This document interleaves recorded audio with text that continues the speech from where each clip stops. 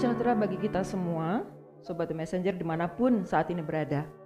Mari kita bersama-sama memulai hari kita hari ini dengan membaca, merenungkan, dan juga melakukan firman Tuhan di dalam kehidupan setiap kita. Firman Tuhan yang akan menjadi pedoman dalam kehidupan setiap kita. Mari saudara terkasih, kita akan berdoa bersama-sama sebelum kita lebih jauh merenungkan firman Tuhan. Mari kita berdoa. Hidup kami adalah milik Engkau Tuhan. Ketika kami menjalani hari-hari kami rindu Engkau ada bersama-sama dengan kami. Engkau yang menuntun langkah kehidupan setiap kami. Apapun yang kami katakan, apapun yang kami lakukan, seperti apapun perjalanan kehidupan kami, Tuhanlah yang akan menopang, Tuhanlah yang akan menolong. Kami bersyukur hari ini kami boleh bersama-sama memulai hari kami bersama-sama dengan Tuhan, membaca firman Tuhan dan juga merenungkan firman Tuhan. Berbicaralah kepada kami Tuhan, kami siap mendengar firman-Mu dan kami siap melakukannya di dalam keseharian kami. Di dalam nama Tuhan kami Yesus Kristus, Allah kami yang hidup, kami boleh berdoa dan menaikkan syukur kami. Amin. Dasar perenungan kita hari ini saudara terambil dari Kitab Rut pasal yang pertama ayat 1 sampai dengan 22, tetapi kita tidak akan membaca keseluruhan daripada perikop ini.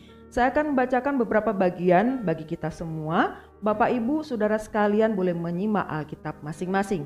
Firman Tuhan berkata demikian. Pada zaman para hakim memerintah ada kelaparan di tanah Israel.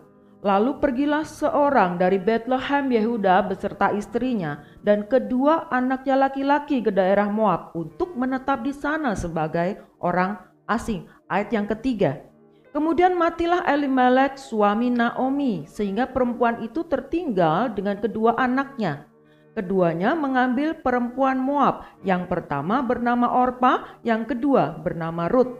Dan mereka diam di situ kira-kira 10 tahun lamanya. Ayat yang kelima, lalu matilah juga keduanya, yakni Mahlon dan Kilion, sehingga perempuan itu kehilangan kedua anaknya dan juga suaminya. Ayat yang keenam, kemudian berkemaslah ia dengan kedua menantunya dan dia pulang dari daerah Moab. Sebab di daerah Moab ia mendengar bahwa Tuhan telah memperhatikan umatnya dan memberikan makanan kepada mereka. Kita lompat ayat 20. Tetapi ia berkata kepada mereka, janganlah sebutkan aku Naomi, sebutkanlah aku Mara. Sebab yang Maha Kuasa telah melakukan banyak yang pahit kepadaku. Ayat 21. Dengan tangan yang penuh aku pergi, tetapi dengan tangan yang kosong Tuhan memulangkan aku. Mengapakah kamu menyebutkan aku Naomi? Karena Tuhan telah naik saksi menentang aku dan yang Maha Kuasa telah mendatangkan malapetaka kepadaku. Satu bagian lagi kita baca firman Tuhan yang mengatakan demikian. Aku melupakan apa yang telah di belakangku dan mengarahkan diri kepada apa yang di hadapanku, yaitu panggilan surgawi dari Allah dalam Kristus Yesus. Filipi 3 ayat 13b dan juga ayat yang ke-14. Saudaraku, sedemikian jauh pembacaan firman Tuhan, berbahagia setiap kita yang rajin membaca Alkitab, merenungkannya, terlebih lagi yang menghidupi firman itu di dalam keseharian kita. Saudaraku yang kasih dalam Tuhan, tema perenungan kita hari ini adalah lihat depan. Saudaraku, ada begitu banyak pelajaran yang dapat saya petik dari setiap peristiwa masa kecil saya. Ya, peristiwa masa kecil saya, interaksi saya dengan bapak saya, relasi saya dengan bapak saya. Saudara, satu kali saya dibelikan sebuah sepeda mini. Ya, waktu saya masih kecil, diberikan sebuah sepeda mini baru, warnanya saya ingat benar, warnanya warna merah ya.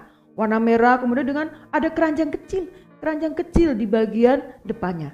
Kemudian ada rumbai-rumbai kecil, ada pita-pita warna-warni di ujung kanan dan kiri stang sepeda itu. Saudara, sungguh sepeda yang cantik, saya sangat senang sekali pada waktu itu. Tapi saudara, sayangnya pada waktu itu saya tidak bisa mengendarainya. Jadi setiap sore saya dengan antusias, dengan senang, saya menantikan bapak saya pulang dari kerja. Saya tunggu-tunggu. Nah, saya menantikan waktu di mana bapak saya dan juga kakak saya mengajari saya caranya naik sepeda. Mengendarai sepeda itu seperti apa. Nah, saudara, tiba saatnya saya belajar mengendarai sepeda itu. Saya sudah duduk manis di atas sadel sepeda itu. kaki saya sudah bisa menjejak di tanah karena sandalnya di full sampai pol bawah. Saya bisa, kaki saya bisa menjejak ke tanah. Nah, saudara, bapak saya pegang bagian belakang sepeda. Supaya apa? Supaya saya tidak jatuh. Bapak saya berpesan begini, tangan pegang setang, tangan pegang setirnya, remnya siap, nanti kayu sepeda itu pelan-pelan dan lihat depan. Itu pesan bapak saya. Nah, saya ikuti pesan bapak saya itu. Lihat depan, tangan di setir, di stang itu siap dengan remnya, dan kemudian kayu pelan-pelan. Wow, saya senang sekali, saya bisa naik sepeda itu. Tapi saudara, beberapa meter ke depan, tiba-tiba ada rasa khawatir di dalam hati saya, di dalam diri saya khawatir sekali. Khawatir apa? Khawatir jatuh. Dan kemudian saya panggil bapak saya katakan demikian, Pak, ojo dicolno yo. Saya katakan demikian, Pak, jangan dilepas ya, gocei, ojo dicolno. Nah, saudara, tapi kok tidak kedengaran jawaban dari bapak saya. Sambil saya tetap mengayuh sepeda itu, saya tengok ke belakang. Wah, ojo dicolno yo sepeda, ojo dicolno gocei. Lihat depan, lihat belakang, tengok. Saudara, tapi saya tidak melihat bapak saya sekilas ketika saya menengok ke belakang. Saya tidak melihat bapak saya ada di belakang saya. Saya hanya mendengar bapak saya dari jauh berkata demikian, madep ngarep, lihat depan. Ojo tolah-toleh mengguri, jangan tengok-tengok ke belakang. Jangan tengok-tengok ke belakang, lihat depan, kayu dengan baik. Saudara, bisa membayangkan kira-kira apa yang terjadi setelah itu? Lihat depan, tengok ke belakang, lihat depan, tengok ke belakang sambil teriak-teriak. Ya, saudara, kita bisa menebak apa yang terjadi kemudian. Sore itu saudara, saya sukses membawa sepeda baru saya nyungsep nyangkut di sela-sela pagar bambu, pagar bambu pekarangan warga. Disusul kemudian gubrak, saya jatuh, gelundung. Saudaraku yang kasih dalam Tuhan, ini pengalaman yang tidak menyenangkan bagi saya. Iya saudara, hidup kita saya gambarkan seperti sebuah perjalanan. Di dalam perjalanan itu ada kalanya kita juga mengalami peristiwa yang menyenangkan, membahagiakan, ataupun pahit, menyedihkan, tidak mengenakan. Seperti tadi, saya sangat-sangat senang sekali ketika saya mendapatkan sepeda baru. Tapi saya sangat tidak suka ketika harus nyangkut di pagar dan jatuh, terluka. Saudaraku yang kasih di dalam Tuhan, dalam kenyataan hidup kita, bahagia, kita bisa bahagia karena banyak hal. Misalnya, kita bisa menikah dengan orang yang kita kasih, orang yang kita cintai. Kita bisa bahagia, kenapa? Karena usaha kita lancar jaya, keuntungan mengalir terus. Bahagia, kenapa? Karena anak cucu kita pintar-pintar. Ya, mereka pada jadi orang sukses dan lain sebagainya. Atau sebaliknya kita malah mengalami perjalanan kehidupan yang gelap, pahit. Kenapa? Misal, sakit tidak sembuh-sembuh, sakit sembuh, bergantian terus menerus, atau bahkan sakit yang gak sembuh-sembuh. Rasanya keuangan kok macet, seret banget, susah sekali. Selalu bermasalah, usaha dagangan kita tidak maju-maju, bahkan mungkin kita ditipu orang, dicelakai orang. Saudaraku yang kasih dalam Tuhan, dari perikop yang kita baca tadi, sekilas kita bisa melihat bahwa tokoh kita hari ini, Naomi, adalah sosok pribadi yang mengalami manis pahitnya perjalanan hidup ini. Sama seperti kita. Dia hidup pada zaman para hakim-hakim di Perjanjian Lama. Namanya itu Naomi, artinya apa? Manis. Artinya dalam manis atau menyenangkan. Saudara, nama yang cantik bukan? Nama yang bagus, manis dan menyenangkan. Tapi kalau kita baca keseluruhan dari kitab Rut, kita bisa melihat perjalanan kehidupan Naomi tidak semanis, tidak semenyenangkan arti namanya. Saudara, diceritakan tadi dari perikop yang kita baca tadi, karena bencana kelaparan melanda Bethlehem Yehuda, Elimelek suami Naomi itu membawa Naomi dan kedua anaknya, Mahlon dan Kilion, kemana? Pergi ke Moab. Tapi sayangnya saudara, di sana Elimelek meninggal dunia. Kemudian kedua anaknya yang memperistri perempuan Moab, Orpa dan Rut, juga meninggal. Ya, Mahlon dan Kilion juga meninggal. Nah, saudara, akhirnya Naomi itu kemudian memutuskan untuk apa? Kembali ke daerah asalnya, kembali ke Israel. Kenapa?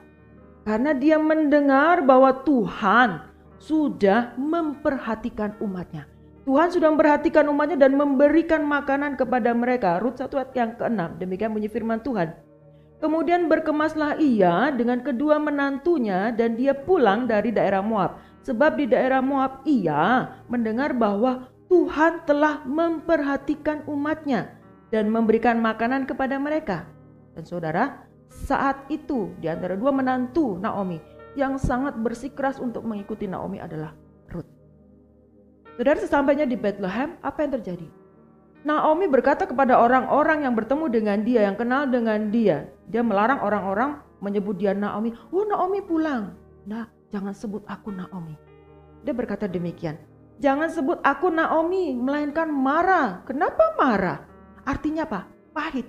Kenapa dia berkata demikian? Saudaraku, Naomi menengok ke belakang perjalanan kehidupannya. Dia ingat betapa pahitnya hidup yang dia jalani. Perhatikan apa yang dikatakan Naomi. Rut 1 ayat 20 dan 21, tetapi ia berkata kepada mereka, janganlah sebut namaku, janganlah sebutkan aku Naomi, sebutkanlah aku Mara, sebab ini alasannya. Yang Maha Kuasa telah melakukan banyak yang pahit kepadaku. Dengan tangan yang penuh aku pergi, tetapi dengan tangan yang kosong Tuhan memulangkan aku. Mengapakah kamu menyebut aku Naomi? Karena Tuhan telah naik saksi menentang aku dan Yang Maha Kuasa telah mendatangkan malapetaka kepadaku. Saudaraku kasih di dalam Tuhan, Naomi melihat bahwa Allah yang Maha Kuasa itu telah melakukan banyak hal yang tidak menyenangkan di dalam kehidupannya, mendatangkan malapetaka kepadanya. Dia katakan berangkat penuh, tangan penuh, berkecukupan, pulang habis-habisan, tidak punya apa-apa. Saya membayangkan itu seperti tentara kalah perang. Dia berangkat dengan persenjataan lengkap, penuh semangat, pulang compang-camping, lelah, letih, sedih, tak berdaya, luka-luka. Saudaraku, kata mendatangkan malapetaka yang diungkapkan oleh Naomi tadi di dalam bahasa aslinya itu berarti penderitaan maha menyakitkan, betul-betul menyakitkan, sangat-sangat pahit, sepahit-pahitnya. Itu loh yang dialami oleh Naomi. Saudara, sekilas kita di sini melihat bahwa Allah sebenarnya mengizinkan. Allah mengizinkan Naomi mengalami hal buruk itu. Secara fisik dia kekurangan, mental orang pasti melihat pressure-nya sangat kuat. Sosial orang pasti melihat juga, oh dulu kaya sekarang miskin ya. Nah, sehingga saudara hidup itu serasa hancur dan sangat-sangat mengecewakan.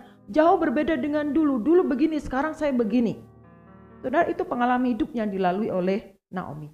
Namun saudara, langkah tepat diambil oleh Naomi. Dia tidak berkutat dengan pengalaman pahitnya itu, dia tidak berkutat dengan kesulitan kehidupannya itu, dia tidak berkutat dengan kesedihannya itu yang akan membuat dirinya terpuruk. Tapi juga sesungguhnya orang yang ada bersama dengan dia, orang sekitarnya juga akan terkena imbasnya, efeknya, ikut terpuruk. Dalam hal ini adalah Rut yang setia mengikuti dia. Saudaraku, bagi saya Naomi adalah sosok pribadi yang berani menatap ke depan, kemudian melangkah dan membuat perubahan dalam hidupnya. Dia pulang kampung. Dia kembali ke tanah kelahirannya. Meskipun saudara, dia belum mampu melihat bagaimana hidupnya kelak. Pulang. Aku pulang. Pokoknya aku pulang. Di sana katanya sudah ada hal yang baik Tuhan kerjakan. Dalam perjanjian baru dikatakan demikian bagi setiap kita anak-anak Tuhan, diingatkan. Sebab hidup kami ini adalah hidup karena percaya, bukan karena melihat. Pesan firman Tuhan kepada jemaat di Korintus, 2 Korintus 5 ayat yang ke-7. Ya saudara, hidup kita, anak-anak Tuhan ini, hidup karena percaya. Kita percaya bahwa Tuhan punya rancangan yang baik, Tuhan punya rancangan yang indah, Tuhan punya rancangan yang sungguh luar biasa dalam kehidupan kita. Meskipun saat ini kita belum bisa melihatnya. Ya, kita belajar untuk mempercayai rencana dan rancangan Tuhan meski saat ini kita belum melihat. Wujud indahnya itu seperti apa? Kita belum melihat. Saudaraku yang kasih di dalam Tuhan, ada satu momen yang membuat Naomi mampu melihat dengan jelas bahwa Tuhan ada, Tuhan selalu ada beserta dia. Saat Rut pulang dari memungut berkas gandum, Naomi berkata demikian. Sesudah itu berkatalah Naomi kepada menantunya, diberkatilah kiranya orang itu oleh Tuhan yang rela mengaruniakan kasih setianya kepada orang-orang yang hidup dan yang mati. Lagi kata Naomi kepadanya, orang itu kaum kerabat kita, dialah salah seorang yang wajib menebus kita. Saudara, ada relasi antara Ruth dan Boaz pada waktu itu. Naomi bisa melihat bahwa Allah menyertai dia, Allah melindungi dia, Allah ada bersama dia dengan peristiwa itu. Hidupnya mulai bertata. Naomi sadar bahwa Allah telah menyatakan kebaikannya di balik penderitaan yang dialami. Allah memelihara kehidupan Naomi dan menghadirkan siapa? Ada Ruth yang setia bersama dengan dia. Kemudian ada Boaz, orang-orang yang setia menjadi saluran berkat buat dia. Allah memberikan Ruth untuk Naomi, meneruskan rencana Allah yang luar biasa. Kita bisa lihat ya, ada kelahiran Mesias melalui garis keturunan ini. Saudara kasih dalam Tuhan, Naomi itu melihat ke depan. Dia tidak berkutat dengan masa lalu, dia tidak tengok ke belakang. Seperti saya naik sepeda tadi, ada pemulihan yang Tuhan sediakan buat dia. Saudara kasih dalam Tuhan, beberapa kali saya menegur putra saya. Entah saat itu naik motor atau saat sedang mengendarai mobil. Dia suka sekali duduk di depan. Ketika naik motor kita biasa cenglu, boceng 3. Dia di depan, papanya kemudian saya. Kalau di mobil, dia suka sekali duduk di depan, di jok depan, dekat supir. Dia punya kebiasaan, saudara. Satu kebiasaan yang sungguh-sungguh sering kali saya tegur. Dia akan ikut-ikutan melihat ke kaca spion. Misal ketika papanya melihat ke kaca spion untuk melihat ke belakang, dia akan ikut menengokkan kepalanya. Saudara, apa yang terjadi? Ya papanya ketutup kan, tidak bisa lihat depan kan. Kemudian ketika dia naik mobil, juga demikian. Ketika dia melihat sopir itu coba melirik kaca spion, dia akan coba maju dari kursinya, dari jok mobilnya itu, dan kemudian dia ikut menengok, melihat kaca spion. Tentunya ini mengganggu orang di sekitar dia. Saudaraku yang terkasih dalam Tuhan, apa yang dilakukan ini tentunya tidak hanya dapat mencelakakan dirinya sendiri, tetapi juga orang yang bersama dengan dia. Saudara, lihat depan, jangan tengok ke belakang terus, lihat depan. Supaya apa? Supaya kita juga tetap mampu melihat ada harapan, ada hal baik yang Tuhan sediakan. Stop, berhenti untuk terus-menerus melihat ke belakang. Tengok ke belakang, lihat belakang, tidak lihat depan sama sekali.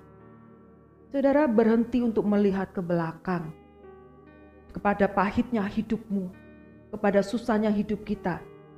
Karena hidup kita tidak akan menjadi berkat. Malah kita juga akan membuat orang lain yang kita kasih mendapat imbas buruknya. Mungkin dapat marah dari kita. Mungkin mendapatkan sakit hati juga karena sikap kita yang hanya berkutat dengan masa lalu, kesedihan, kepahitan, penderitaan hidup kita. Saudara tidak salah menengok ke belakang sesekali. Untuk apa? Introspeksi diri, koreksi diri. Tapi kita tetap harus kembali ke depan. Menatap ke depan, melangkah ke depan. Rasul Paulus dia juga memiliki masa lalu, tetapi dia terus berjuang untuk tidak terbelenggu masa lalunya. Inilah tekadnya. Dia mengatakan demikian, aku melupakan apa yang telah di belakangku dan mengarahkan diri kepada apa yang di depanku. Filipi 3:13 tadi. Dia melupakan masa lalunya karena ia mengarahkan pandangannya dan fokus kepada janji firman Tuhan. Berlari-lari kepada tujuan. Untuk apa? Memperoleh hadiah, yaitu panggilan surgawi. Dulu dia penganiaya jemaat. Sungguh dia melukai hati Tuhan, menyakiti hati Tuhan, banyak korban karena dia. Tetapi itu masa lalu dia. Dia sudah terima Tuhan. Dia kemudian lihat ke depan dan Tuhan pakai sebagai rasul yang sungguh-sungguh membawa banyak jiwa untuk Tuhan. Saudara yang kasih di dalam Tuhan, selama kita masih berkutat dengan masa lalu kita, kita tidak akan pernah bisa maju. Apapun masa lalu kita, jangan sampai itu melemahkan kita dan kemudian membuat kita putus asa. Tapi jadikan itu sebagai apa? Pembelajaran untuk lebih baik lagi. Di dalam masa gelap hidup kita, mari kita lihat depan.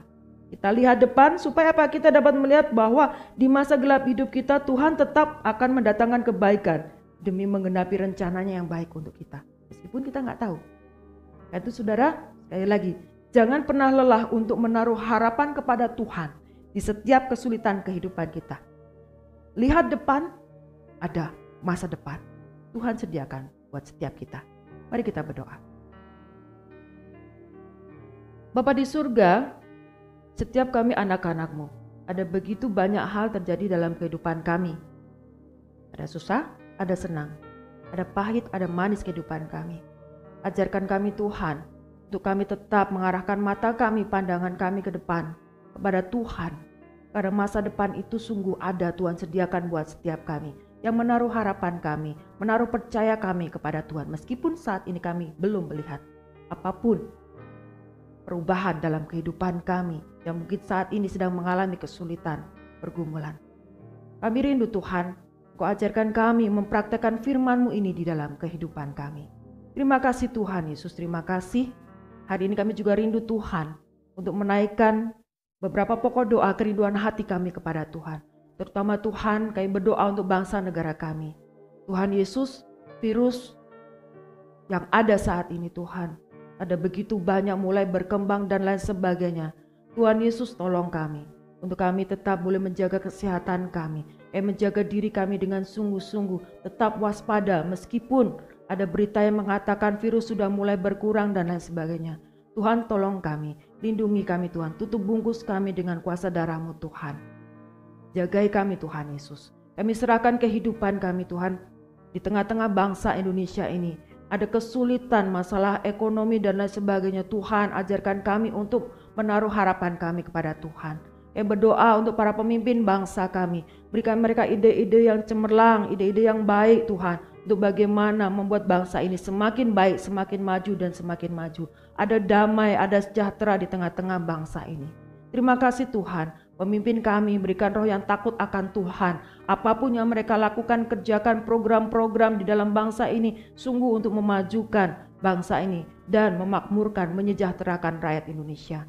Terima kasih Tuhan, kami juga berdoa untuk setiap kami anak-anak Tuhan dimanapun kami berada Tuhan.